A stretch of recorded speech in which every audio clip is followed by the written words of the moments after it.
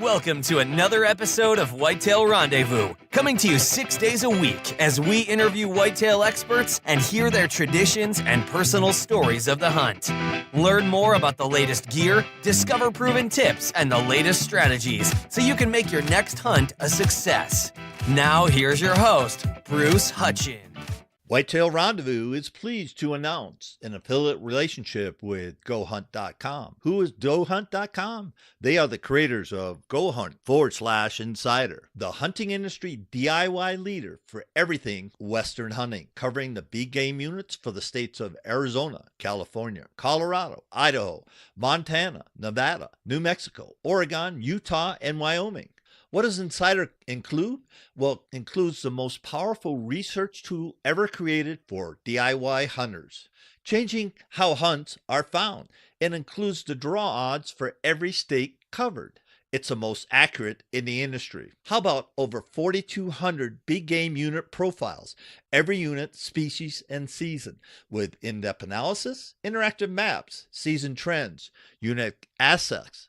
Plus, you get access to the GoHunt.com gear shop, where by becoming a member, you will get a $50 gift shop card. Yes. Join now at www.gohunt.com/insider and use promo code WR for a free $50 Go Hunt Gear Shop gift certificate. Join now at GoHunt.com/insider. Whitetail Rendezvous receives a small commission for anybody using promo code WR while joining Insider. Welcome to another episode of Whitetail Rendezvous. This is 2018, and it's an early season successful hunt by Josh Honeycutt, who is the Realtree.com deer hunting editor. Josh, welcome back to the show, and I'm excited to hear a story about this magnificent buck you took early season down there in Kentucky. Thanks, man. Thanks for having me on. Yeah, it's exciting, and we just did a Facebook Live, so that'll be aired today, which is September 12th. This show will be aired later in the year. But Josh, let's go back. In the warm-up, you said you started hunting this deer after you shot your deer in 2017, which is intriguing in itself. So let's start there and walk us through the hunt for this majestic velvet buck. Sure. The journey for this particular deer started last year because I killed my velvet deer and filled my Kentucky tag, my 2017 Kentucky tag last September. And usually what I do, as soon as I fill my tag in a given season, I'll start scouting for the following season. And this particular deer that I ended up hunting and harvesting this season showed up about 10 days after I killed my deer last year. So I immediately transitioned to scouting that deer, learning that deer for this season. Because I've learned that a lot of the time, as long as there's no major food source or habitat changes, or a lot of the times, most deer will carry a similar pattern from year to year. It's not always the case, but a lot of deer do. And if you put the effort in and learn that deer this year, there's a good chance you can use the information that you gather on that deer for next year, as long as he's still alive and doing the same thing. Which I found, like as I said, I've found that they oftentimes do that. Percentage-wise, I don't know what the percentage is, but I've noticed from year to year, if you get a repeat buck on camera or a return deer on camera, a lot of the times they will have similar patterns. But it started last year, and so I was blessed with a very good opportunity to shoot a velvet buck last September here in Kentucky. And so I immediately started scouting this deer. What I did was I followed the deer via trail camera. I did a little bit of in the field scouting during the season, but not much. A lot of postseason scouting after last season went out. So that would have been this past February, March. And just collect as much information on the deer as I could. And so before I even started looking at trail camera images this summer or scouting this summer, the first thing I did was look at the information I had from last season. And so I looked at all the day, especially the daylight. I looked at all both the nighttime and daytime trail camera images for information, but especially paid attention to the daytime images because that was showing showing that deer showing me where this deer was using the property in daylight. which is extremely important. And so I looked at daytime trail camera images and those that were right around dawn dusk, maybe those that were just before or just after legal shooting light, because that, the deer was still in that general location close to daylight, obviously.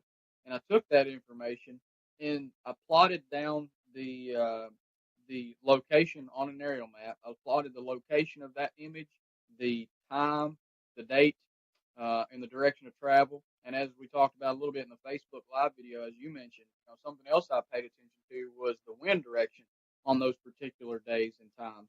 And I looked at all of that, and I probably had about 15 or 20 total daylight pictures of this deer in this past season from September to January.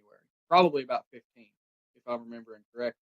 Most of those were right on the edge of daylight and dark, but a few of those were good, solid daylight images, but it still gave me enough information to go on, and it really painted a picture of where this deer liked to bed and feed and water during the months of September, October, November, December, and January. So I kind of used that information to give me a start for my game plan of how I would hunt that deer this September and October and November and December and January. Luckily, I got him in September, didn't have to worry about the rest of the season. But that's what I looked at first. And then once I had that information, I started looking at this year's information, my preseason scouting, the trail camera images that I had of the deer leading up to the season this year. And it was kind of interesting because I did not have a summer, an afternoon pattern on this deer all summer long. I don't think I had a single afternoon, maybe one afternoon daylight picture of this deer from June until the day, until probably right after the season, whenever I ended up putting some more cameras out, which we'll get to here in a little bit. But basically from June until right at the beginning of the season, I only had probably one afternoon daylight picture of this deer, which is not enough for me personally to hunt him. So I did have the deer on a morning pattern though, and I don't usually hunt mornings during the early season. I traditionally don't start hunting mornings. Well, I take that back. I do hunt mornings, but I don't hunt in my good spot of a morning. Now, it's a tradition for me and my family to always go out and hunt open week, regardless. And so we always hunt open in the morning, but we always hunt like an observation stand, or we'll go sit somewhere that's not as high impact, or we'll go to a spot where we might have a shot at a doe or whatever. But we won't hunt any of our big bucks usually of the morning. That's not always the case, but most times we don't. But this deer I had leading up to the season, probably throughout the month of August, I had him on a morning pattern, and he was hitting one of my stand locations, a particular camera that I had put up. He was hitting that spot, if not every day, about every other day, first 30 or 40 in the first 30 or 45 minutes of daylight. And so I was really contemplating hunting him, and I was going to hunt that deer of a morning during the first part of the season. But I checked my cameras probably 3 or 4 days, 5 days before the season started, and he changed his pattern up right before the season, which is not unheard of. That's pretty common, but it was a little earlier than I expected him to change his pattern, because typically around here the bucks are still in bachelor groups at that time, and they'll generally carry their summer patterns into at least the first week, maybe the first 10 or 12 days of the season. So I was a little bit shocked, or not necessarily shocked, but surprised that he changed his pattern up then. But something that's interesting to note is our soybeans, and this is both ag and timber country. It's a good, healthy mix of habitat. The soybeans started turning just a little bit earlier this year. We've got a really, really heavy mass crop this year, and the acorns started falling earlier this year too. Acorns have been falling, not heavy, but they started falling before the season even started, which is really, really uncommon. It's the earliest I've ever seen acorns start falling here in Kentucky. It's been years. I don't think they've fallen that early in my lifetime, to my knowledge. But they've started falling really early this year, which has made it a lot tougher for deer hunters. But getting back to the story, he changed his pattern up. So what I did was I ended up sprinkling out and using a tactic that I personally like to call a trail camera blitz. And basically what that is I just sprinkle out trail cameras around that deer's general core area.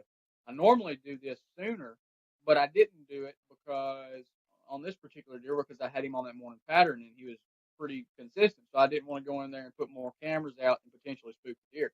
Excuse me. But whenever I lost that pattern, I decided to do that, even though it was last minute. And I sprinkled out trail cameras around the deer's core area, where I thought that deer might be spending most of its time, and then used that information once I got into the season. I didn't hunt the deer the first 3 days of the season because I still hadn't picked the deer's pattern back up. The first time I went in and hunted this deer was last Tuesday morning, I think it was. I ended up sitting in the spot where I'd been getting him on camera of a morning, just kind of a blind hope, I guess you could say, of hoping that he would come back through and do what he'd been doing. He didn't. I saw a lot of does that morning, but I ended up coming back that afternoon and sat in a little bit different spot. It wouldn't. I don't think I'd call it necessarily an observation stand. It was kind of an observation stand because I can see a lot of ground from that stand, and I was hoping to kind of pinpoint where that deer would come out that afternoon and hopefully pick his pattern back up. Because in that particular location, it's really hard for me to scout from afar. So I had not been scouting this deer from afar because where it was at, it's kind of a tight. I mean, I could see a lot, but there was really nowhere that I could get and see these deer without spooking deer. So I never really did a lot of scouting from afar during the preseason, and I had to solely rely on my trail cameras. But that last Tuesday afternoon, I sat in a particular spot that I have killed deer out of in the past, but it was more so for me just an effort to get a beat on what this deer is doing rather than to kill him. Well, we had a storm roll through last Tuesday afternoon, and I probably shouldn't have been in the tree stand because it was thundering and lightning.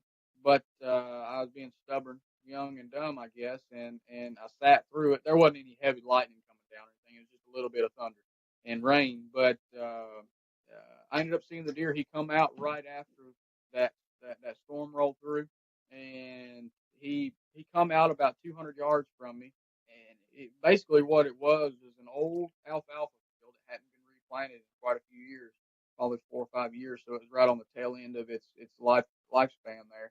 There wasn't a lot of alfalfa left, but there was a lot of clover, and I think they were coming into this field to get that hit that clover and hit that alfalfa, and then on to the south, beyond on a different property, which is a good ways away, but to the south of me on a different property, there was a lot of beans. And so I think they were kind of coming through. They were bedding on the property that I was hunting, which isn't a big property. It's only about a 50-acre property.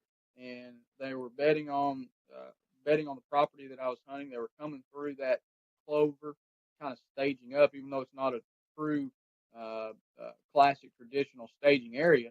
They were kind of coming out of that bedding area that they were bedding in, feeding in that small little alfalfa clover plot, which was probably about 2 acres in size, so it's not real small. But they were feeding in that before they fed off on down to the south onto the neighboring properties that had soybeans. But he come out last Tuesday afternoon early. He come all the way into 70 yards. Obviously, I wasn't going to take that shot with the bow, but he ended up skirting me, got around behind a lot of brush, and ended up coming in all the way to 25 yards. I didn't get a shot at him because he was behind brush, and so I ended up having something interesting, though. He ended up hanging right around me until well after dark, well after shooting light ended, and actually got back out into the open.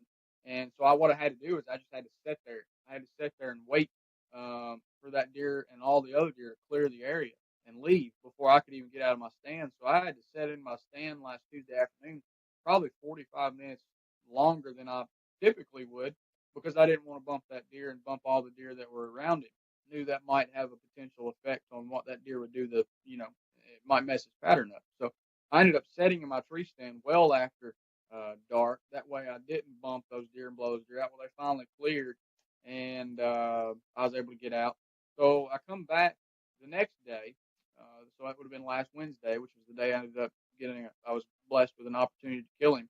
And so I knew I had to do something different because the pattern that the deer, when they come out in that field that I've been watching in that little clover plot and alfalfa plot, they kind of come halfway across it and then kind of skirt it. And I'd seen deer do that in the past, and I knew that was kind of what deer like to do. and kind of how they use that. I mean, I don't know why. There's no rhyme or reason, but that's just what they do. It's almost like a dog leg. They come out halfway into that field, and then they kind of dog leg off to the left, and then sometimes they circle back around.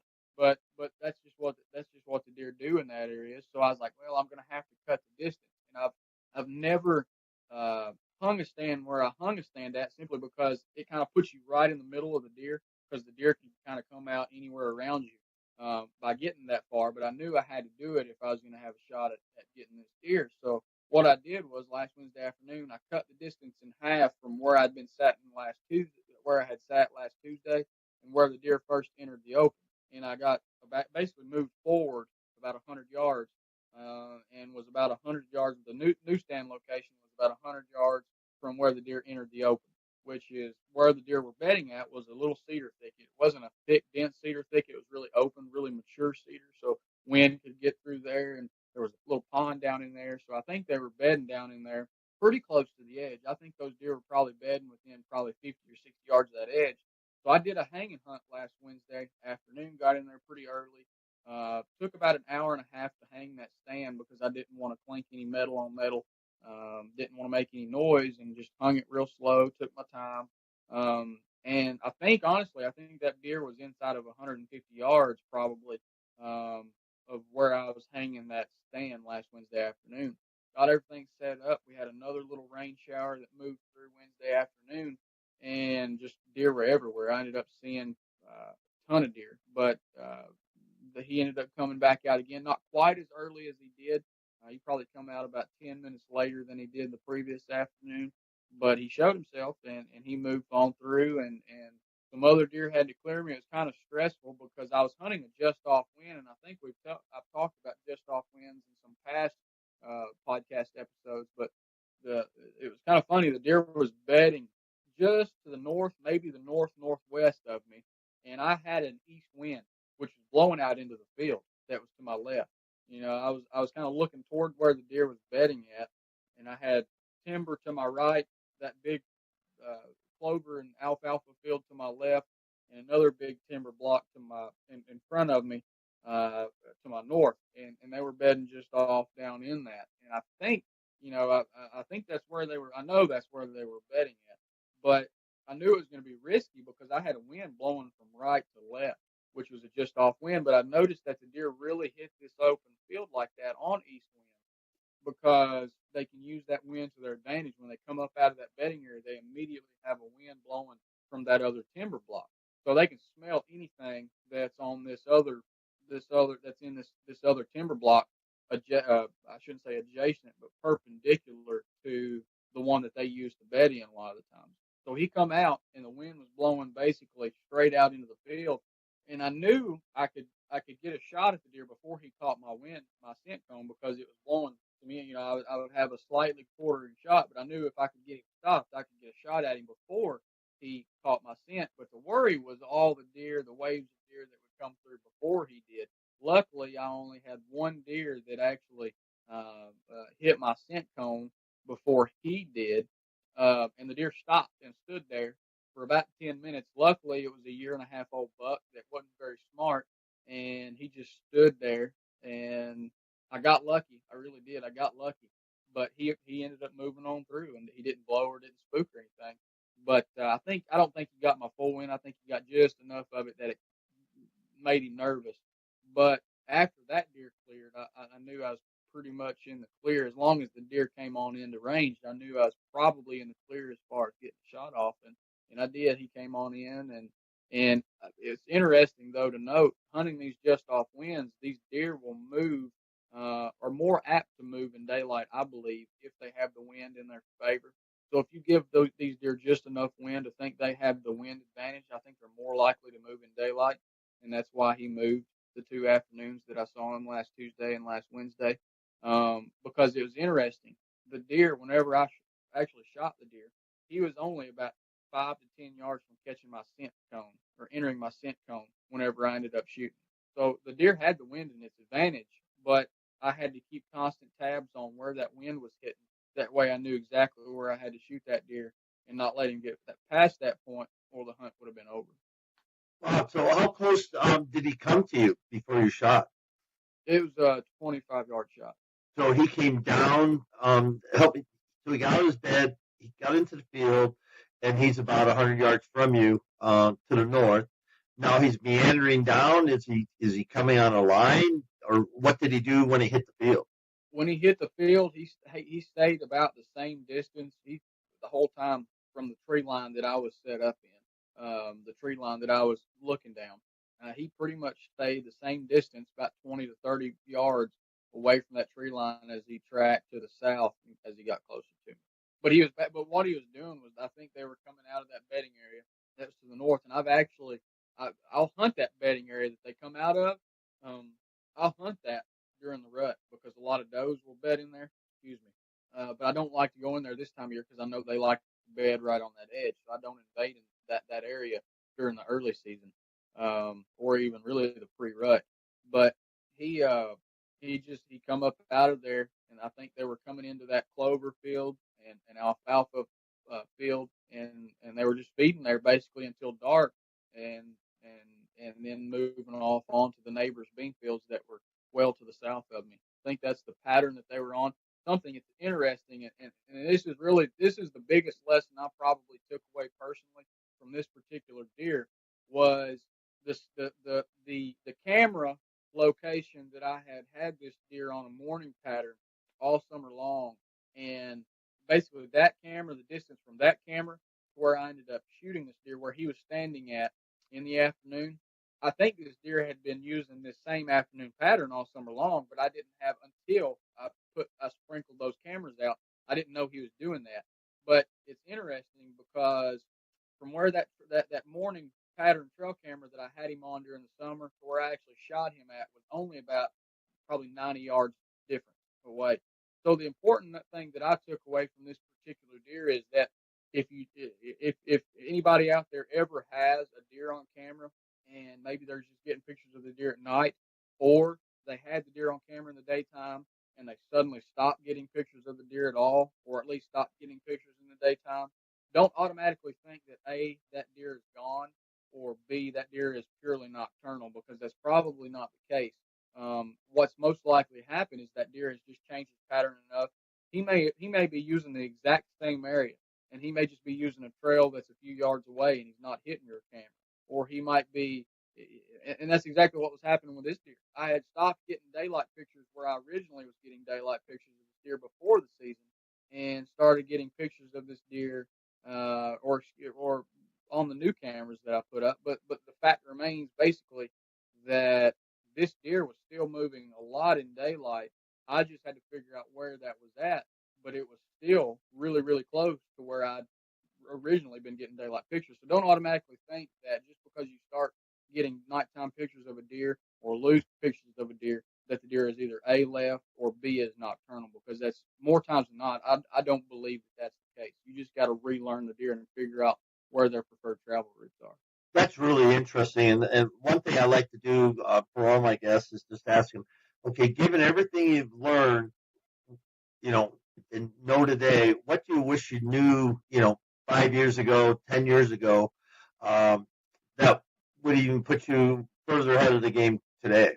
I think that lesson that I just mentioned, I think that's the biggest lesson that I've learned, because a lot of people out there, and I've been that person too. There's no shame or anything, because I just, here in the last few years, did I really drive this lesson home for myself, and start believing it, I guess you could say.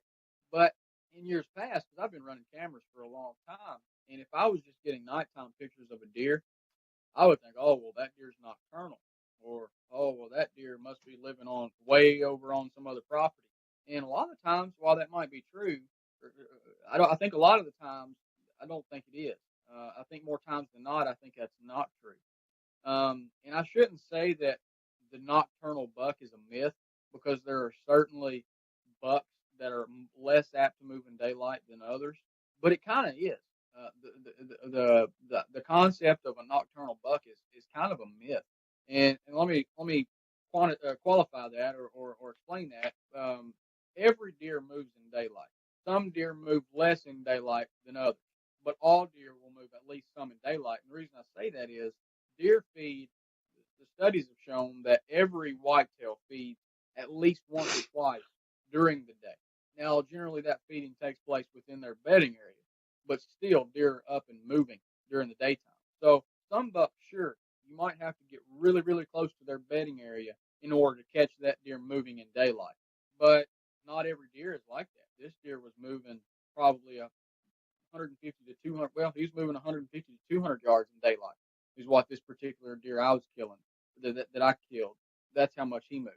He moved about 150 to 200 yards in the afternoon, I think, unless he was bedding further away than I thought, which I don't think he was. I think he was just on the interior of that cedar thicket. But that particular deer moved about 150 to 200 yards in daylight. Other deer may only move 70 or 80 yards in daylight. Some may only move 50 or 60 in daylight. But if you are stealthy enough and you are quiet enough and you have a good enough plan that you can get close enough to that deer's bed, you can pretty much catch any deer moving in daylight. So it's important to note that just because you get nighttime pictures of a deer, don't automatically think you can't kill that deer, because as long as you learn that deer's pattern, you learn where that deer's bedding, learn where he's feeding, and you connect the dots and figure out where you got to get in order to have a shot at killing that deer, I think you can kill any deer in the woods. You just have to be able to really, really put in a lot of effort and time to scout these deer. And it really goes back, like I said, back to the preseason.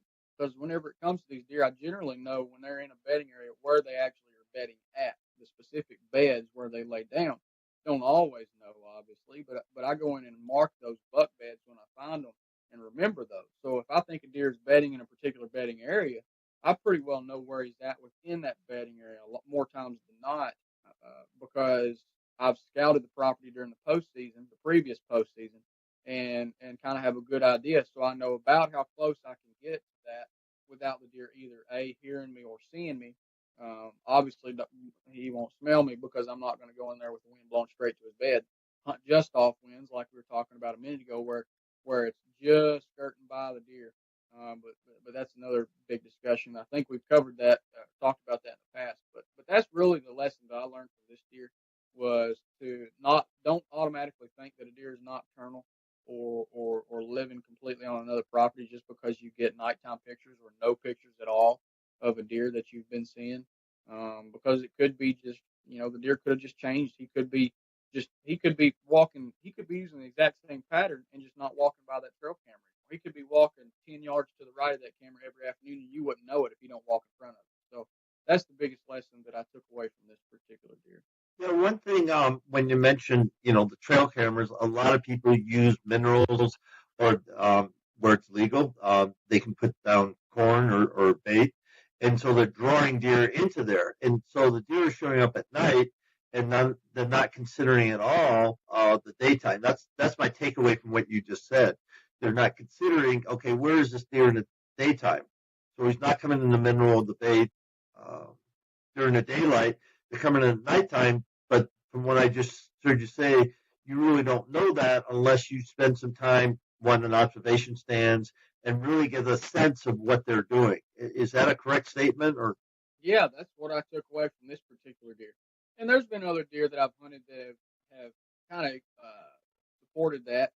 But this deer really, really re-emphasized that concept for me, for sure. Let's take a break and let's take a look at the buck. One, he was alive with a buddy. Let's talk about Mr. Wonderful, who's on the left, and that little Pope and Young looks like an 8-pointer beside him. Is that in that overgrown alfalfa field, clover field? Yeah, that's and there's a lot of grass out in that field too. But yes, that's the field. But there are some remnants of alfalfa. There's a lot of clover in that field. You just can't see it in that photo. But that's the actual field that I hunted this deer in and saw the deer in. Now that particular image was taken the afternoon before I shot him. That would have been last Tuesday afternoon. Whenever he came into 70 yards, that's where that deer was standing. Whenever he came into 70 yards, and then he skirted me. So basically where that deer is standing right there, just to the right of that on the edge of the tree line is where I ended up doing the hanging hunt last Wednesday. And that's just about where I shot him last Wednesday afternoon. And then his little buddy looks like his offspring, is hanging right with him. So Yeah, is that deer a 2.5, 3.5 year old buck? You think?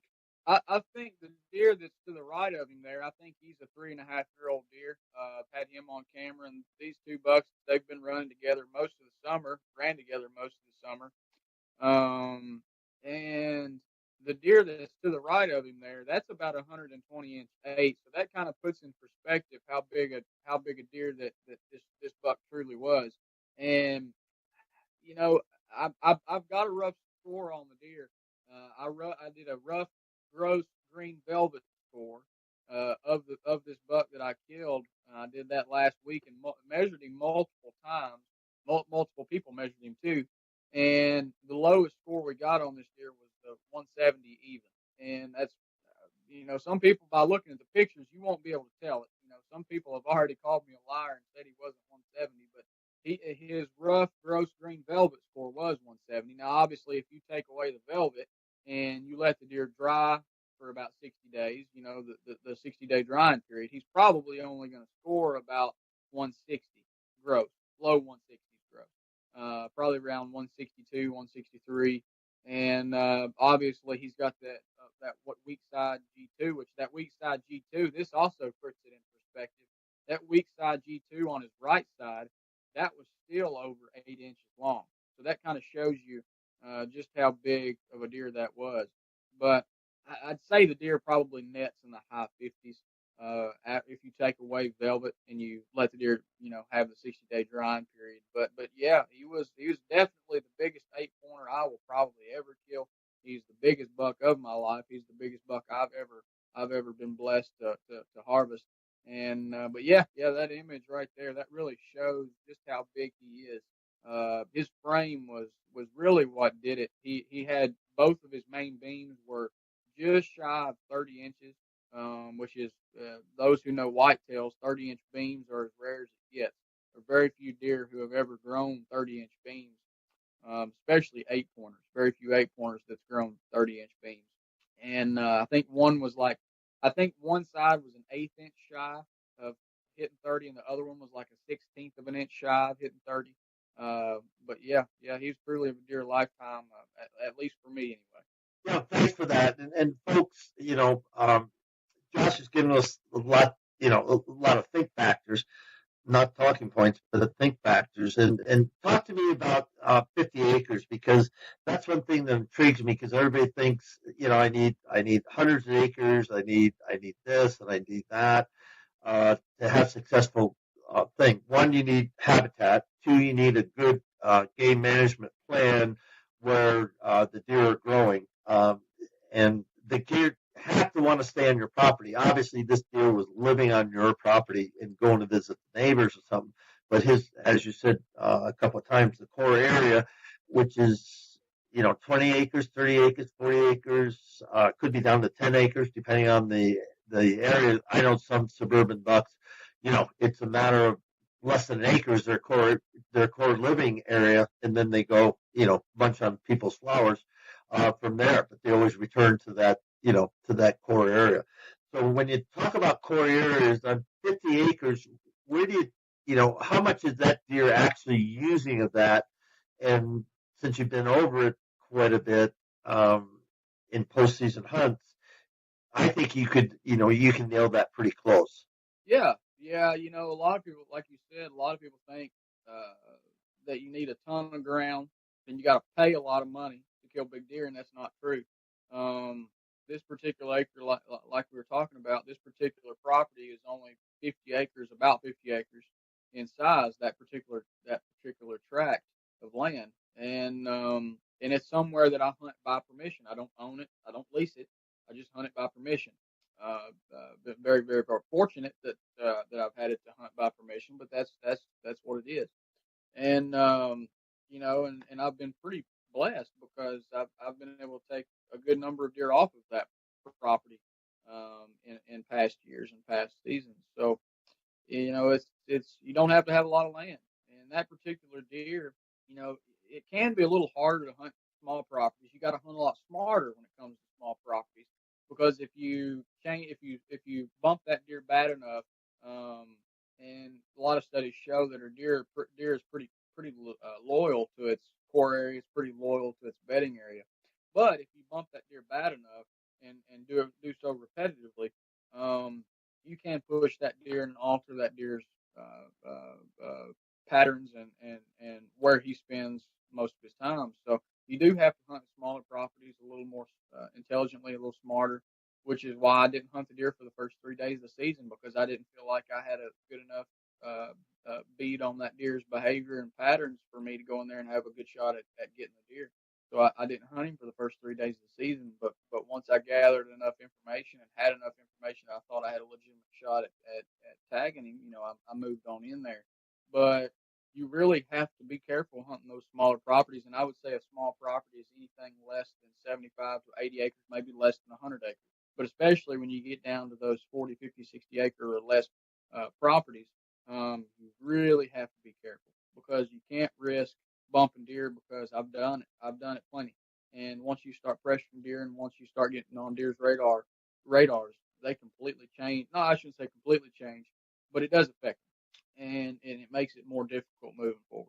So on that land, how much of the acreage, the 50 acres, does the whitetails use basically year round? Sure. As far as that property goes, the huntable, as far as of that 50 acres, the part that is what I would call huntable, at least huntable for a bow hunter, you could cover more of it, because there is a big part of that 50 acres that's wide open that deer will travel through. It's not real consistent activity, but you can, and I have killed deer on the more open side with the rifle in past seasons. But I would say, as far as what of that 50 acres, what's huntable as a bow hunter and for bow hunters, I would say probably half of it. So probably 25 acres probably is a good number. 25 acres of that is probably truly huntable as far as bow hunting goes. And how many stands do you have up on that 50 acres? Just three. And that counts the one that I ended up doing the hanging hunt on last Wednesday. Now, the reason that I'm a very big proponent of hanging a lot of stands.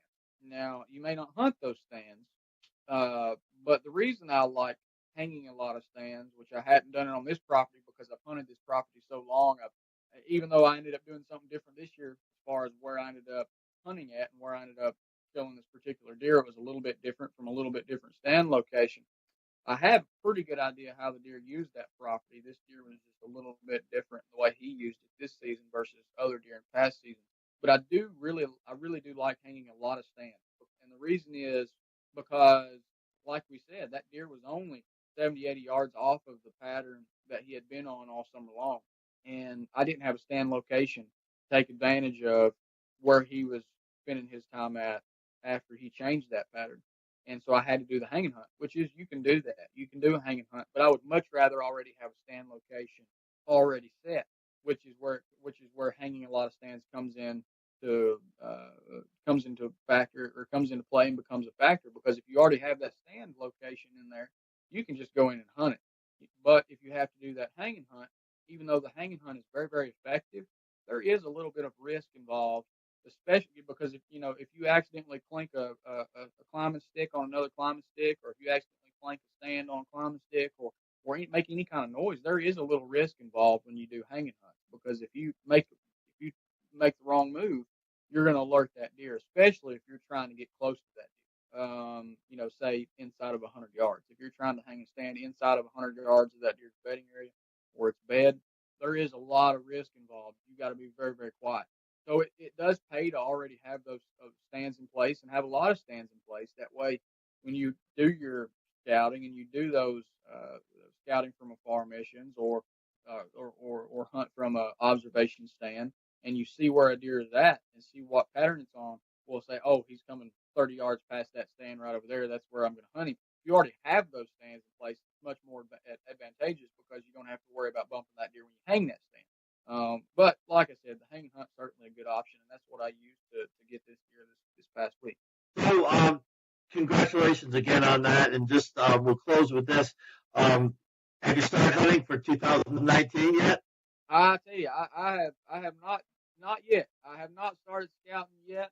but here soon. Well, of course, my cameras are still up and running, so I guess you could say that I'm still scouting. I've got all my cameras still going. But as far as trying to find a particular deer that I'll try to make a game plan for, or a list of deer I'll try to make game plans for next year, that'll start pretty soon. Well, Josh, as always, it's really a pleasure, and you're doing a great job over there at Realtree.com. If somebody wants to get a hold of you, how would they do that, sir? Yeah, you can reach out to me. However, you can reach out to me on Facebook. You can look me up on Facebook. I'm pretty active on there. Or you can look me up on Instagram, either one. Josh, all right. And Instagram, and of course, Instagram is Josh__Honeycutt, and then just Josh Honeycutt for Facebook. And then the Realtree site? Yep, you can go straight to Realtree.com, and you can see all the work that we're doing there. And you can actually contact us directly.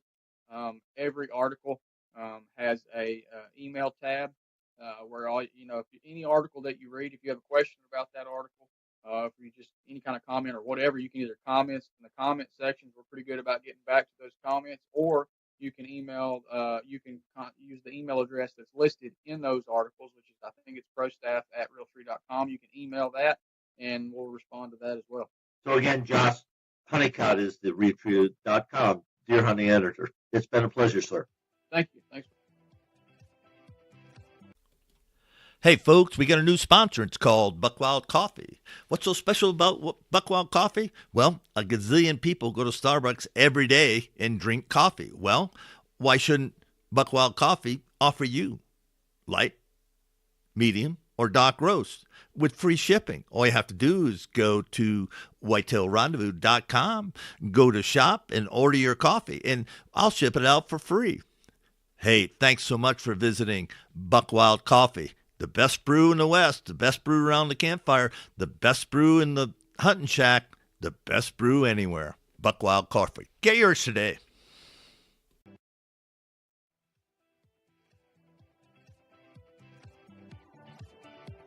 Thanks for joining us. Be sure to tune in tomorrow for another episode of Whitetail Rendezvous, where you can listen and learn from the experts so you can be more successful on your next hunt. Until next time, listen, learn, and succeed.